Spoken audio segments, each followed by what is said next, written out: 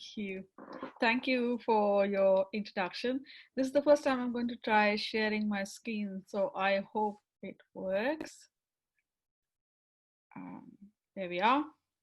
Okay, so I'm going to talk on, as has been said, on my title is An Unnameable Injustice, the Caste Problem in the UK. And right on my title slide, I have put the photographs of our two reports.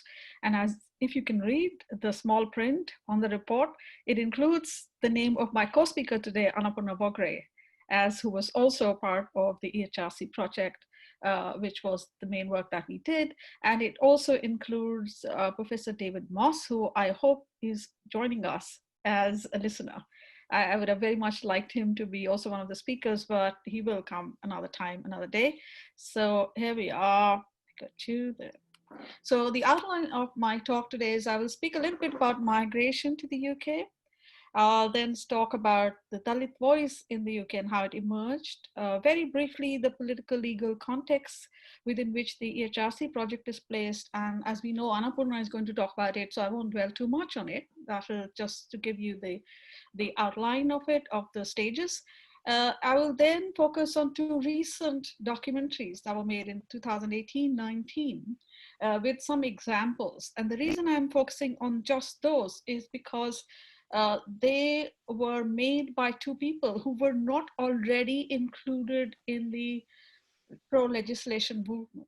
They are others, they are outsiders who came in, who took interest and who wanted to create these documentaries. And so what we find in these is of added significance, I believe, because they have found out what they found out untutored by anybody. They've just found them out through their discussion. And so their findings are interesting, and I will share the examples which we find in those documentaries. I then will spend most of my time on asking, why is the caste problem an unnameable injustice? Why do I say it's an unnameable injustice?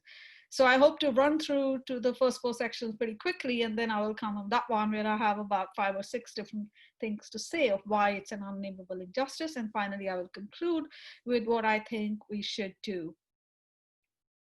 Okay, so this is the picture of the migration of people of Indian origin to England and Wales according to the 2011 census.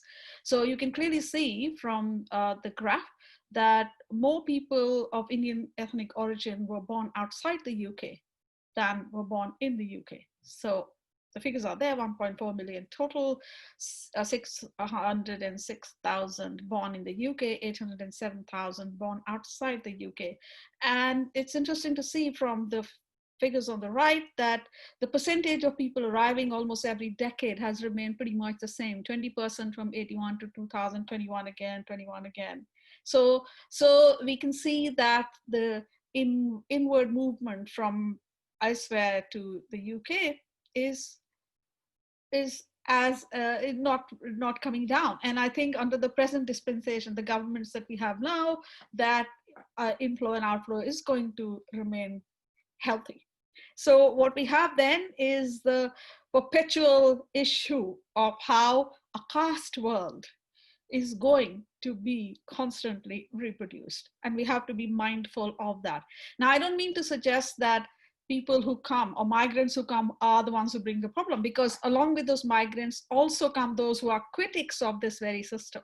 So this is not an anti-migrant argument at all, but it is to say how that flux within which talk about casteism happens is not in a silo.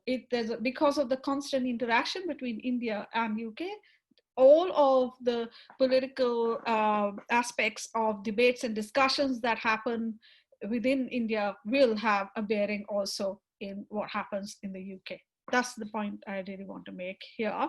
So if you look at the structure of migration, very early migrants came in the 17th century, and then the sizable numbers of the Sikh soldiers came from after World War I.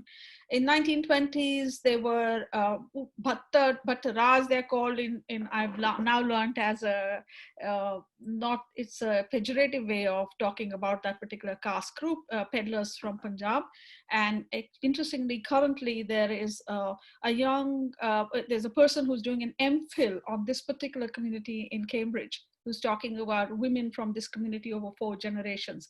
And this work is going on right now. So if anyone's interested, I can put you in touch with them. And then we have the majority of the migration that happens to the UK is to fill labor shortages, which happens in the 1950s and the 60s. And the particular conditions of that migration is that in terms of the social life of the migrants, caste doesn't play a big role because there's shared housing, then there's partaking of rituals and festivities. Mostly people have religious temples or gurdwaras in people's own homes. So it's a lot more shared space, which changes radically as more and more people come. And then there's a final section of another big chunk of migrants that came, who are called twice migrants, which happened from Africa in the 1970s. So an example of what happens when change happens, this is something that a Dalit woman who's now quite old told me in an interview in 2016.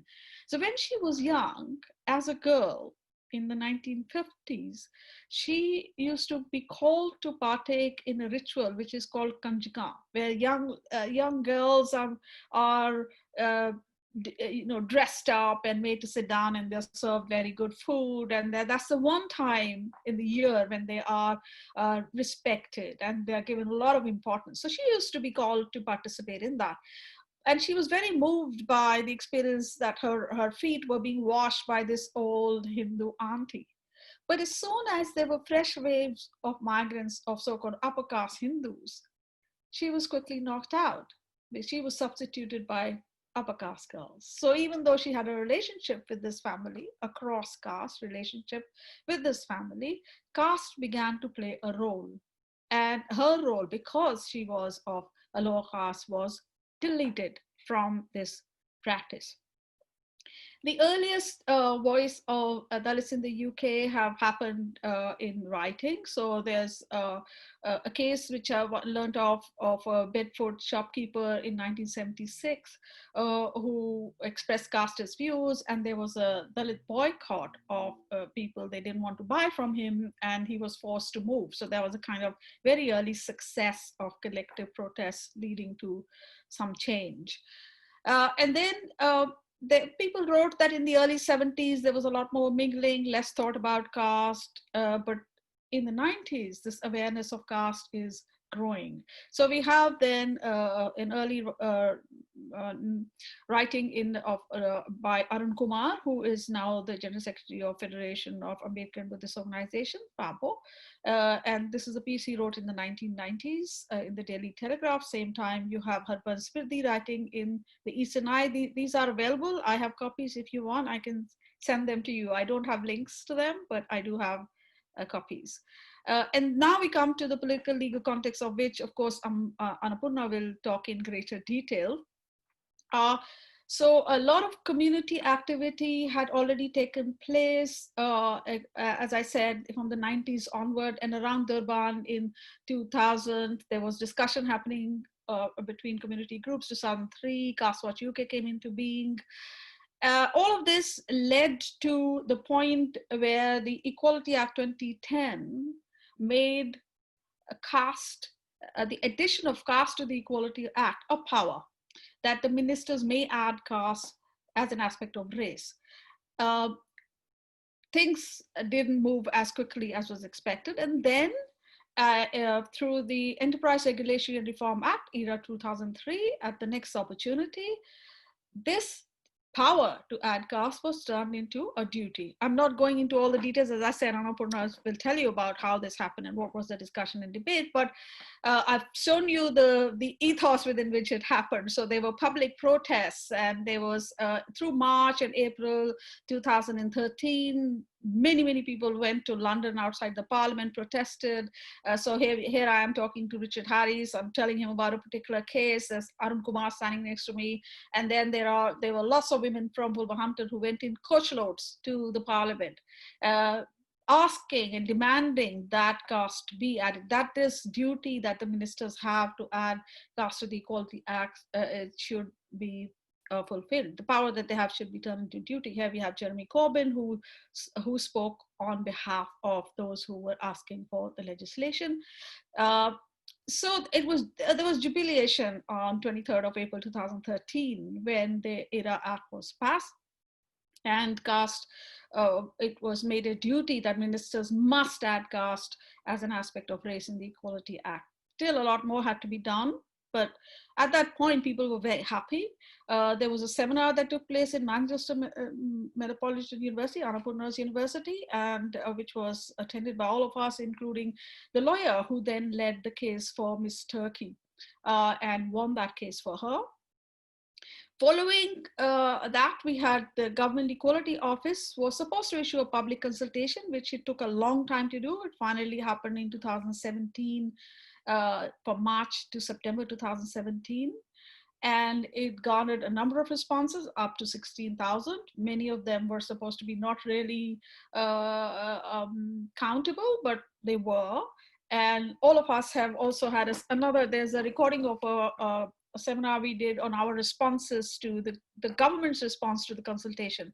So the government issued a response in July 2018 that it was not going to act on the duty. In fact, it was going to repeal the duty because it said that already existing law is sufficient to take care of cases of caste discrimination. I've skipped a number of details because Annapurna is going to talk about them. So GEO then had to consult on what guidance to give to the public, because it promised that even if it repeals the duty, there will be guidance given to the public as to what to do about caste. And here we are, we met as a part of the all-party parliamentary group on Dalit. We were invited to go. So we thought that regardless of whether or not the duty is repealed, guidance still has to be given. So we must participate in how that guidance will be given to the public about what to do in case of caste discrimination. So now I come to the two documentaries. So as I mentioned, there was a lot of public discussion. There were several radio programs, I'm not mentioning any of them, where people were brought face to face, people who were pro-legislation, people who were anti-legislation, and all kinds of arguments have been going on from 2006, 7, 8, 9, 10, at various points. But these two documentaries are interesting. One was in 2018, and the last one, which is the latest documentary on caste, was aired on BBC One on the 13th of October 2019. I was a consultant in that documentary, which doesn't mean that I control the narrative. I was just there to tell them what I thought was they couldn't say, or correct if they were going wrong. So that was my role. In this documentary, I'll tell you a few examples. From the first documentary, Priyanka Mughal, the director of it, got a lot of flack from people who said that, like she says, one guy tweeted that I was an idiot spouting Christian propaganda and that I ignored his view on the issue. Whereas she had actually invited him to participate. We can all guess who that might be, and he had declined to participate in her interview. And Farah Khayyam, who did the second documentary which is for the BBC, chose a protagonist, a young protagonist, a Gujarati, who is a performer, a 29-year-old Parle Patel, who has a huge following already. So he goes in with a genuine interest, desire to want to know whether, as a practicing Hindu, he can find out what is the state of caste in Hindu. He has some experience of casteism himself as a Patel. So he said, so Patel has a personal experience. So for example, he has gone to a photo shoot and he's told, your features suggest that you're not from this caste. You're too dark for this role that you're doing. So that is the first kind of shocking thing for him to hear, that his features are connected to his caste. And then he also talks a bit about how, because he wants to be a performer, it is not considered something that he can do as a Patel. And he hears a lot of opposition. It's a big uphill struggle for him to become a performer. So in the course of the documentary, he interviews a number of people. He interviews also young as well as old people. Two particular cases, potentially could be cases, are important, but more generally first, he interviews these new migrants from Daman who have come to Leicester, which is predominantly Gujarati area. And they say that they were not allowed into a temple around Navratri period because of their low caste. They were told that they couldn't go in and only people of X caste can go into the temple. And they find it very shocking. Then their response to what you would do because you have felt it, one of their responses, well, as a believer in God, she doesn't think that God, you can restrict anyone from worshipping or believing. So there's this kind of inward stepping back, going away, but saying that no one can stop me from praying to my God. She also reports that there are segregated spaces, as in college parties, people say, you go and drink over there and we will drink over here, which is quite startling admission and reporting on the part of this person. The other cases which could potentially be covered under the Equality Act. So there is one person who is a worker who at a construction site, and he reports that he has been constantly bullied. Every day he was bullied for years on years, and he would get up in the morning and he wouldn't want to go to work because he would be called caste names, but he had to because he had to make a living. And when he's asked, why didn't you report it to a tribunal? And his response is, well, they were 10, 15. I was one. And also that, how would, if he went to the tribunal, it will take months, it would take years. How would he has to still make a living. How can he possibly take on that task? The other case is quite interesting and is connected to something like what has happened in Cisco. So this is a case of Ravi, who is made redundant from a multinational corporation. And he says, my manager started by taking away my portfolio, which was successfully established by me, and hands them over to other people simply because I'm paraphrasing, simply because they are of a similar community and caste, and this is done on a repeated basis and therefore forms a pattern. So I'm being deprived of something for which and somebody else is benefiting just because they are of the same community and caste. Now, the odd thing about this case is that however this has been solved, it's probably been, it's had a hearing, it's had a result, but it's probably had what we called a settlement and probably a non-disclosure agreement signed, so you can't actually find it now. You know, if you want to find it, I've tried to find the case, you can't actually find it. So there's a lesson to be learned about this, that if people confront and people take on a big company and make a case against them, but then they stay outside, make a settlement outside, and they are signing a non-disclosure agreement, that means nothing can be built upon this case. No other person can come up and then make use of it in future and refer to it because there is nothing to refer to. So that's a bit of a problem, but nonetheless good for this person. But there is, of course, cases which happen outside the sphere of the Equality Act 2010, which are not covered under the areas which are covered under the Equality Act. They're not about services, they're not about goods and services, not about education, not about work.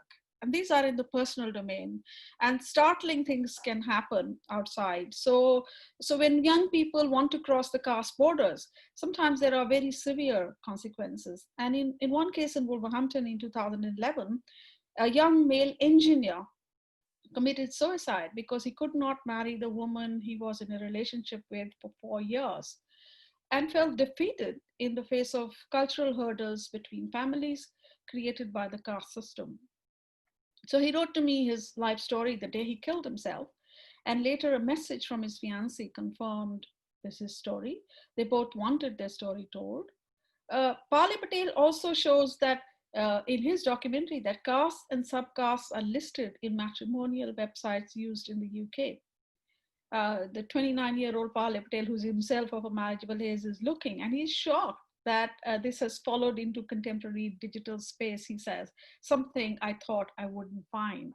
So this is also interesting that young people imagine that caste is not present in places where in fact it is present.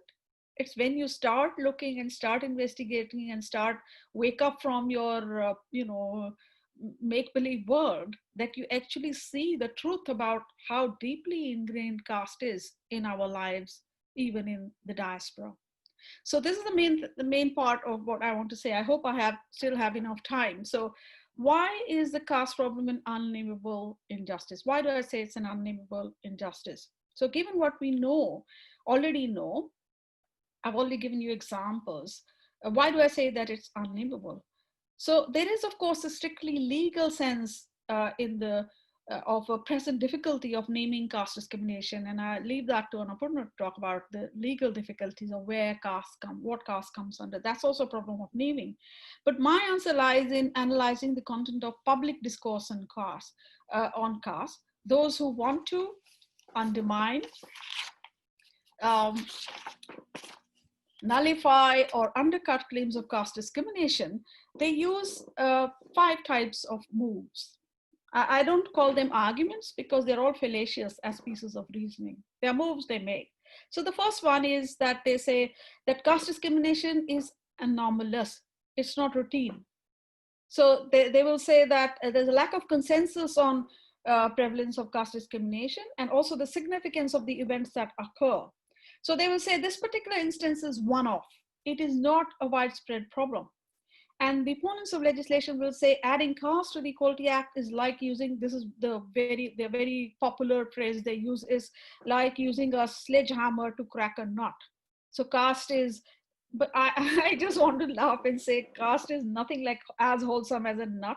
It is a highly adaptable virus that takes new shapes in new environments.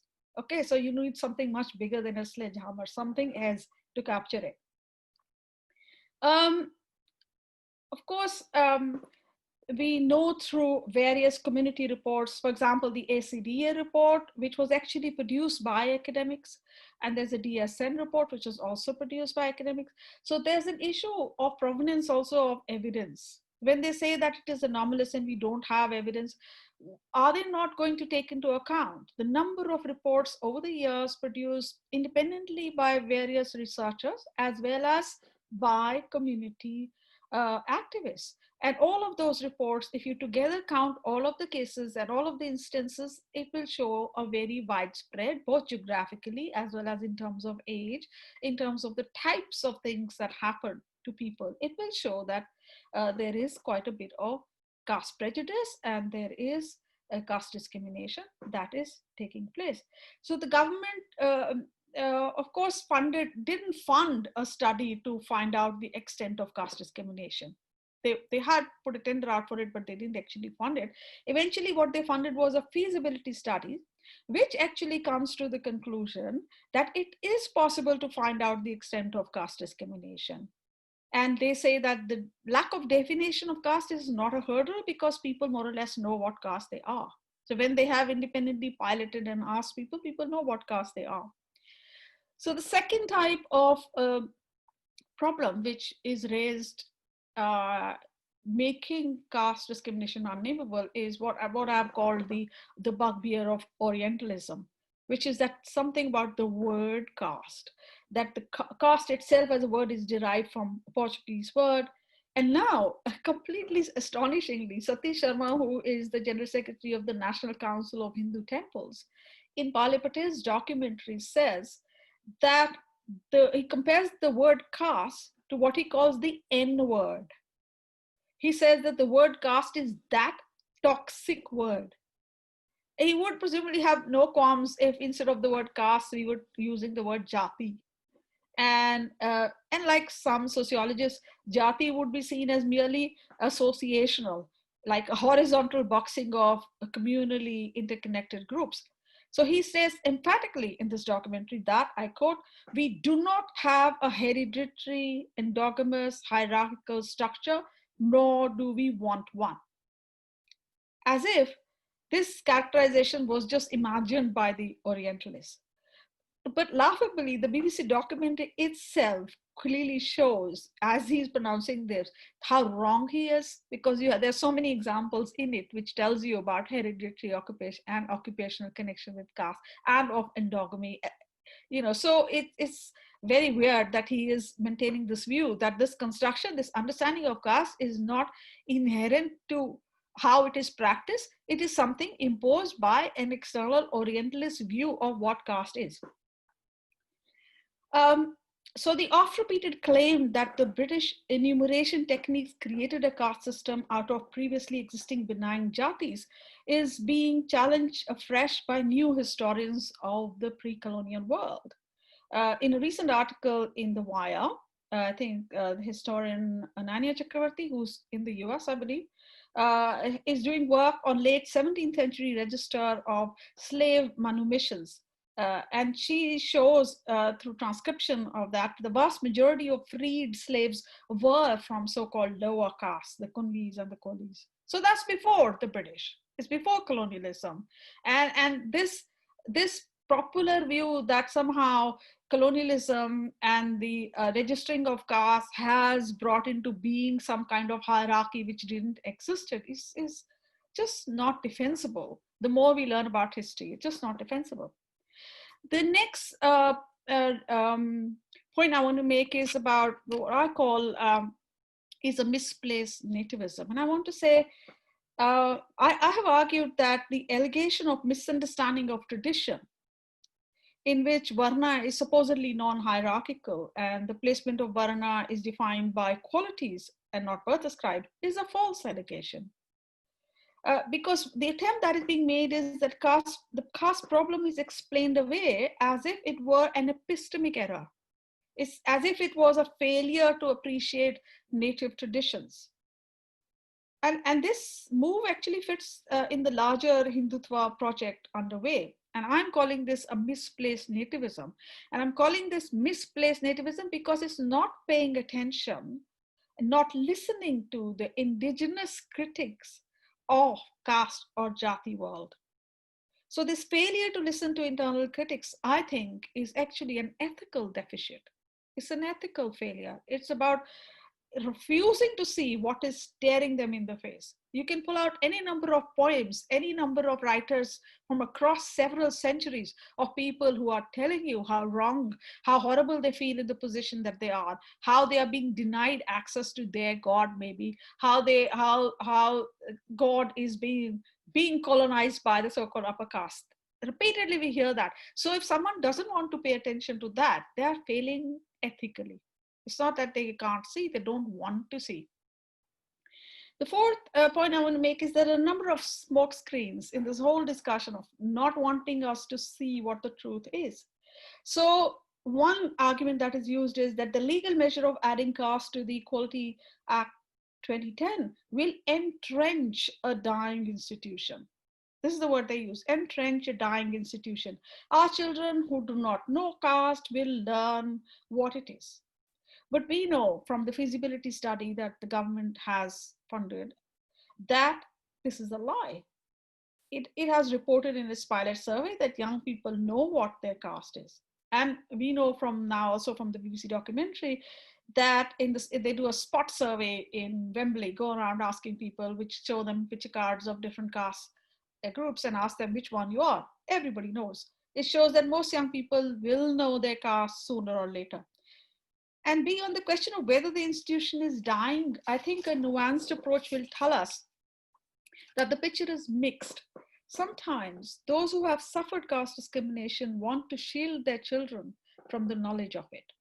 So one of my Dalit female respondents had not told her daughter the real reason for the decades-long ostracization of her by her parents-in-laws.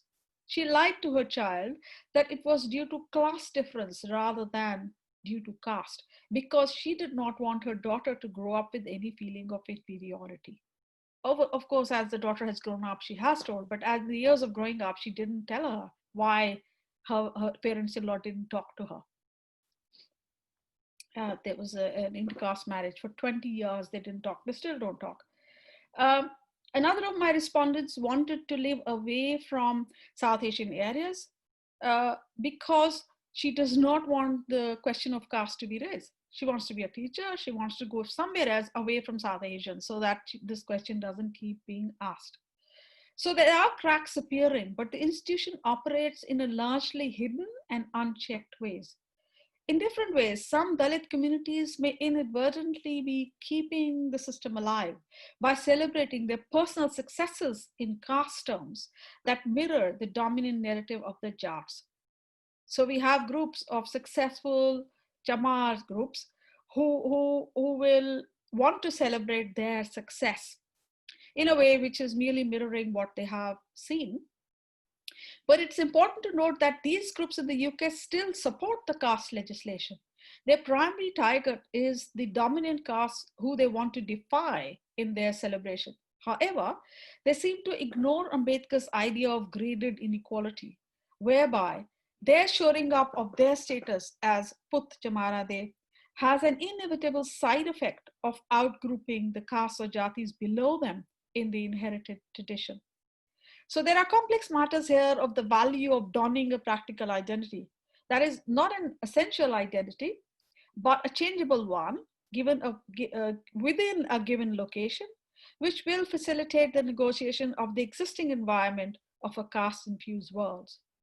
The Sikh community too is hand in glove in building this smokescreen.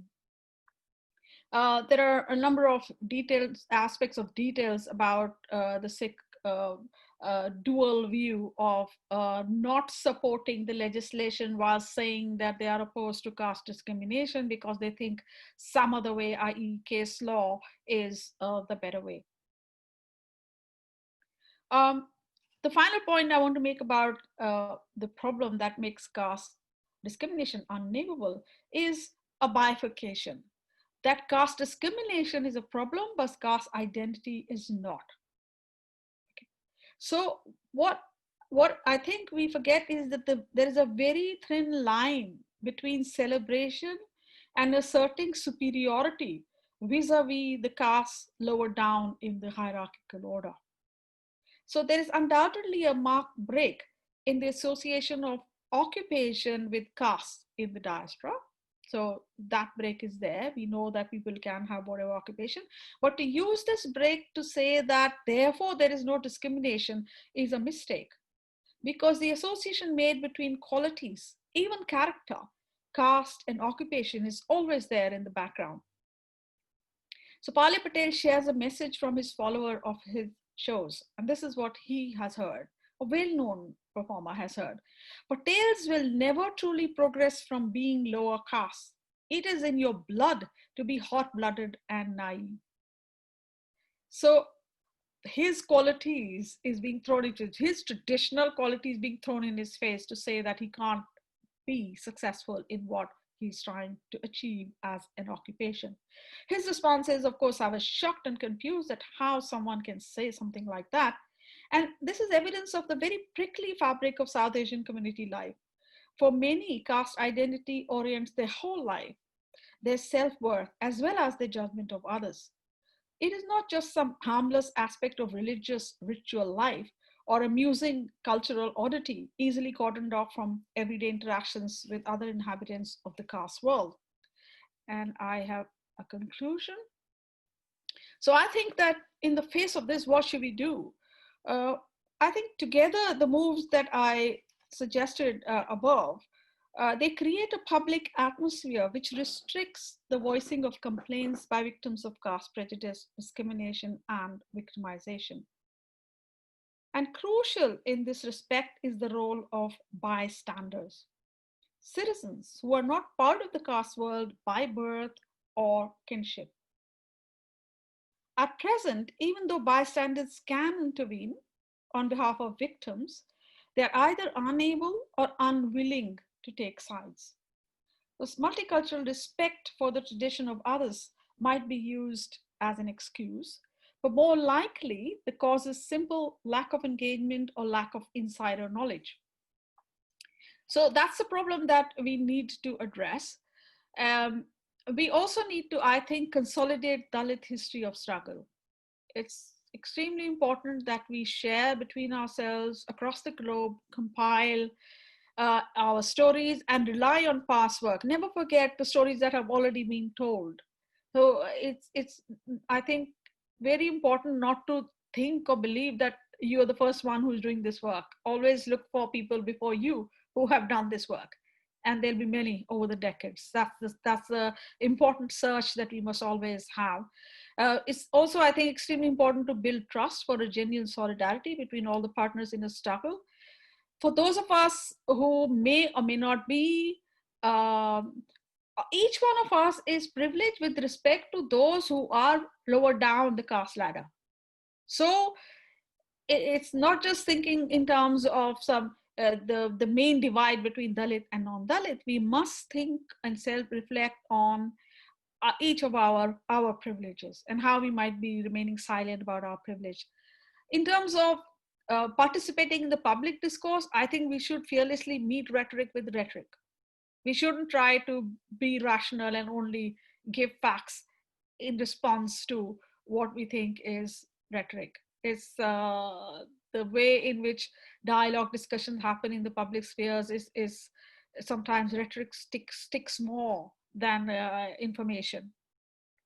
We should, of course, clear all those smoke screens that there are, the paths that people lead, and wherever there are ambiguous responses, we must call them out. We must make people to take a stand. I have in mind, of course, the Sikh community in the UK context, that they just have been not taking a stand as they should have.